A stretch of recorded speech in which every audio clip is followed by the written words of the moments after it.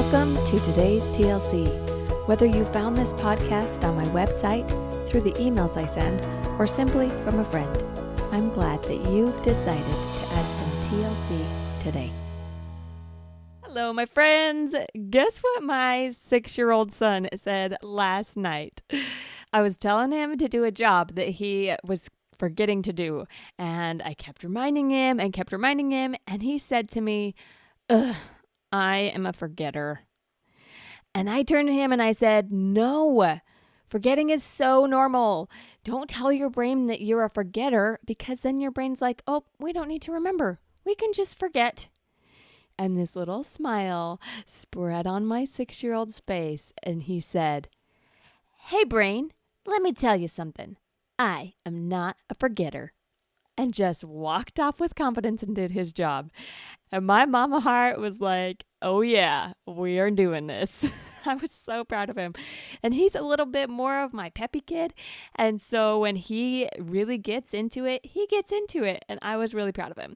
But I haven't been able to stop thinking about that moment where he was talking to his brain, telling his brain that he's not a forgetter, and that he was taking charge of his brain in that moment. I loved it. A little bit of background on your brain. The National Science Foundation in 2005 did a huge study where they tracked people's brains, their thought patterns, and they realized that the average person has anywhere from 12 to 60,000 thoughts a day. That's a lot of thoughts, right? When I think about that, it creates even more thoughts that want to be in drama about all the things going through my mind. The other finding that was a little disheartening from this study is that 80% on average, 80% of those thoughts are negative. Negative thoughts that fuel us to have negative emotions, right? Now, don't worry, because a study by Cornell that same year said that 85% of what people worry about never happens. It never happens. So we spend 12 to 60,000 thoughts a day, 80% of which are negative, and 85% of those negative never happen. So you can take a breath and let go and say, let me tell you something, brain. We are fine. We don't have to be negative. The negative usually doesn't even happen. And we can choose something different. But unfortunately, many of us choose to let our brains tell us lies. Lies like, we're not good enough. Or, I don't have any friends. Or, I am 100% sure that my boss hates me. What about, that person is so much better than me? Lies, my friends. These are lies that your brain is trying to convince you of. These negative things. Here's some other lies that your brain tells you to try and keep you safe. It's better if I just don't say anything. Or, I'm better at cleaning the bathroom, so I'm just going to do it, and my kid can watch me so that they can learn to do it right. Or how about this one?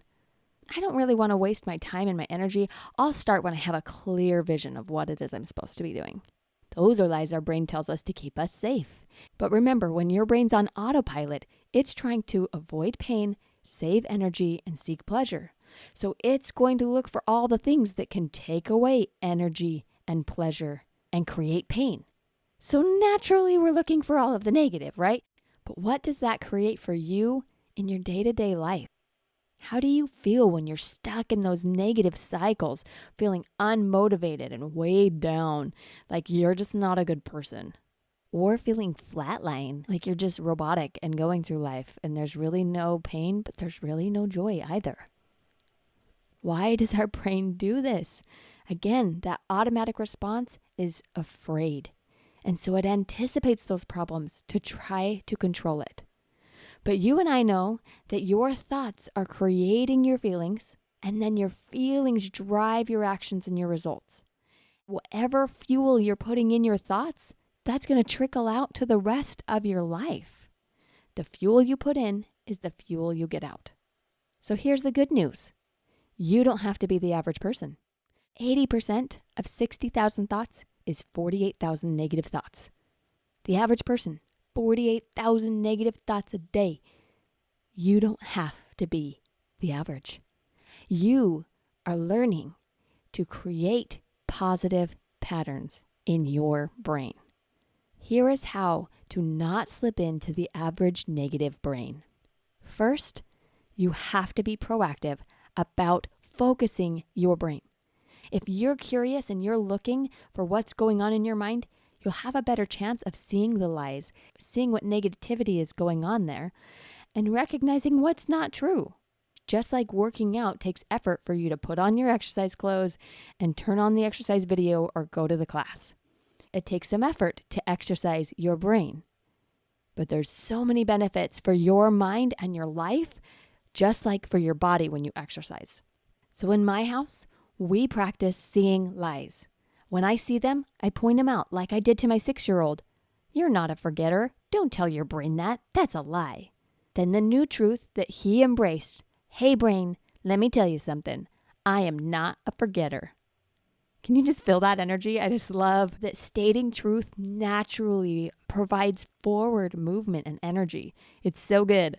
Here's another example from one of my clients.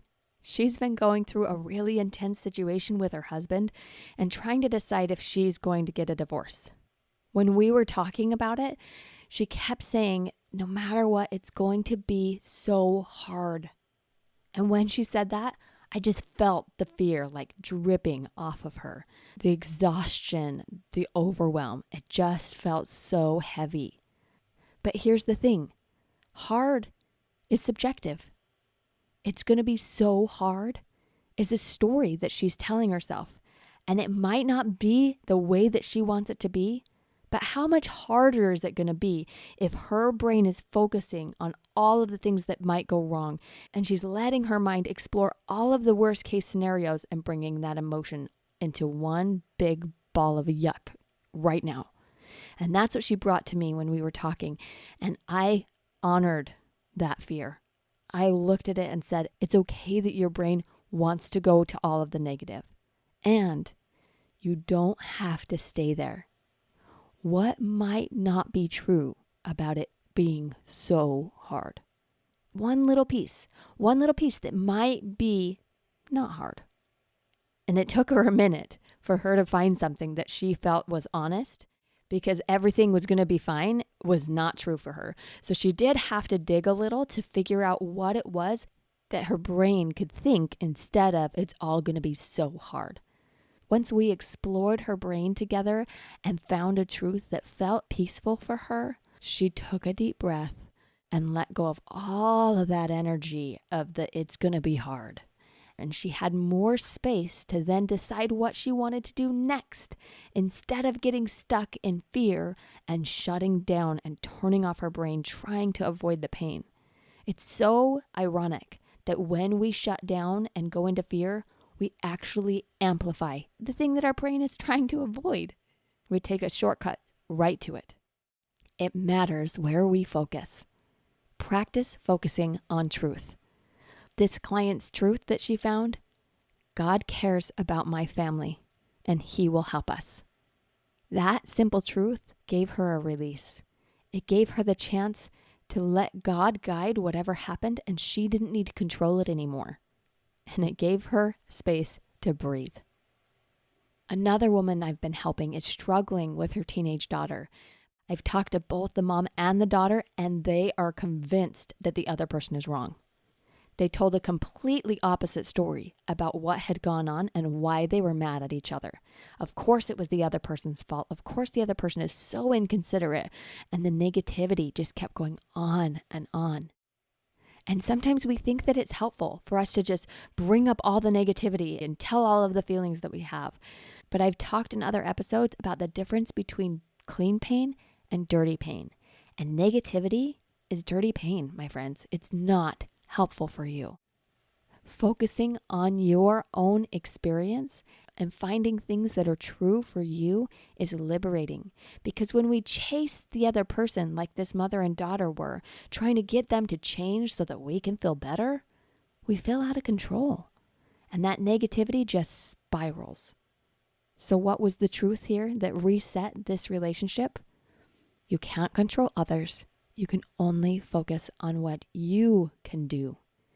And God will help you know what to do next. Can't you just feel all of the energy settle? Where all that negativity and blame and frustration just settles when you say, I don't need to control somebody else. I can focus on me, and God will help me go forward. That recentering on what's true says to the brain, hey brain, let me tell you something. I'm in charge. And we love our brain. It's trying to help us. But again, we don't want to let the brain be the one in charge. You are in charge. You can find the lies and trade them for truths. So what is your brain trying to lie to you about? Where do you feel out of control or negative or worried about things that you think are going to happen? You got something that your brain wants to be worried about? Now take a deep breath and find the lie. What small piece of this might not be true? Just a little bit. Are you willing to even consider that it's not true? Doesn't mean that you're wrong. Just means that there's a more empowering thought for you. So find the lie. Then find a thought that will help you focus on more empowering truths. And as you practice this, recognizing lies and offering your brain truths, you will create patterns that will break the norm. You will not be the average person focusing on negative things, and you will have natural positive momentum fueling your thoughts, feelings, and actions. Guess what that's going to create in your world? Amazing things. I can't wait to see what you create when you choose to be the boss of your brain. Life after therapy can be simple. Come learn how to think light, feel light, and live light at thelightcoach.com.